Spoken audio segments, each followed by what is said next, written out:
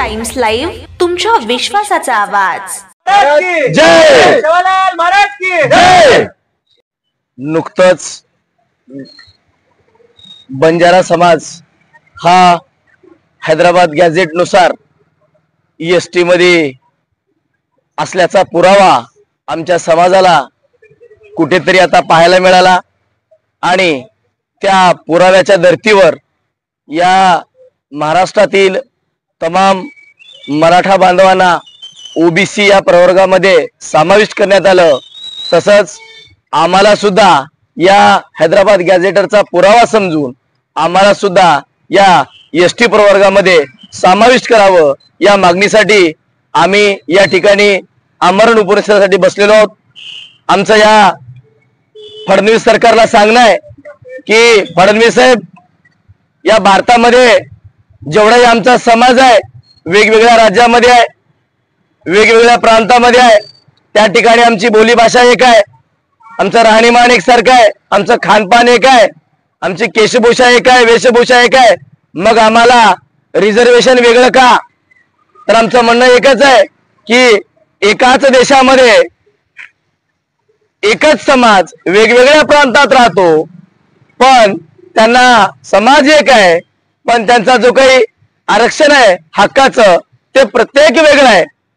तरी या सरकारला आमचं सांगणं आहे की वन नेशन वन कॅटेगरी आणि वन रिझर्वेशन या तत्वावर यांनी आम्हाला एकच जात एक देश आणि एक आरक्षण हे आम्हाला द्यावं या तत्वावर आम्ही या ठिकाणी बसलो। आज आम्ही संविधानिक मार्गाने या ठिकाणी आहोत। शासनाने जर आमची दखल नाही घेतली तर आज बीड, जालना, पाठीमागे संभाजीनगर या वेगवेगळ्या जिल्ह्यामध्ये तुम्ही आमचं जे काही पांढरं वादळ आहे बंजारा समाजाचे तुम्ही पाहिलेला आहात। याच्यानंतर सुद्धा तीव्र स्वरूपामध्ये 29 तारखेला नांदेड येथे सुद्धा आमचं वादळ धडकणार आहे। याची जर तुम्ही मुंबईपर्यंत येण्याची वाट बघत असाल तर त्यासाठी तुम्ही तयार राहा। आमची मागणी एवढीच आहे, ते पण संविधानिक पद्धतीने।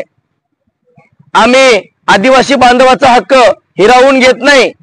आम्हाला त्या बांधवांना सांगायचं आहे की बाबा, मूळ आदिवासी जरी तुम्ही असलो तरी तुमच्या आधी आदिवासी म्हणून आम्ही होतो। आमची जमात ही भटकी आहे, रानावनात जंगलात राहणारा आमचा समाज आहे। आम्ही म्हणत नाही। एका आदिवासी बांधवांना सांगितलं की भारत देश हा गॅझेटवर चालत नाही, तर भारत देश हा संविधानावर चालतो। मला त्या बांधवांना आपल्या मीडियाच्या माध्यमातून सांगायचं आहे की माझ्या आदिवासी दादा, मला तुला एकच सांगायचं आहे की आम्ही गॅझेट नुसार आरक्षण मागत नाही, आम्ही संविधानानुसारच आरक्षण मागतो। संविधानामध्ये सर्वांना समान हक्क, अधिकार आणि कर्तव्य आहेत। आम्ही फक्त गॅझेट हा पुरावा समजावा याचा आग्रह धरून आम्ही आज या मागणीसाठी बसलो। पुन्हा एकदा शासनाला विनंती आहे, त्वरित आमची मागणी मान्य करावी आणि आम्हाला न्याय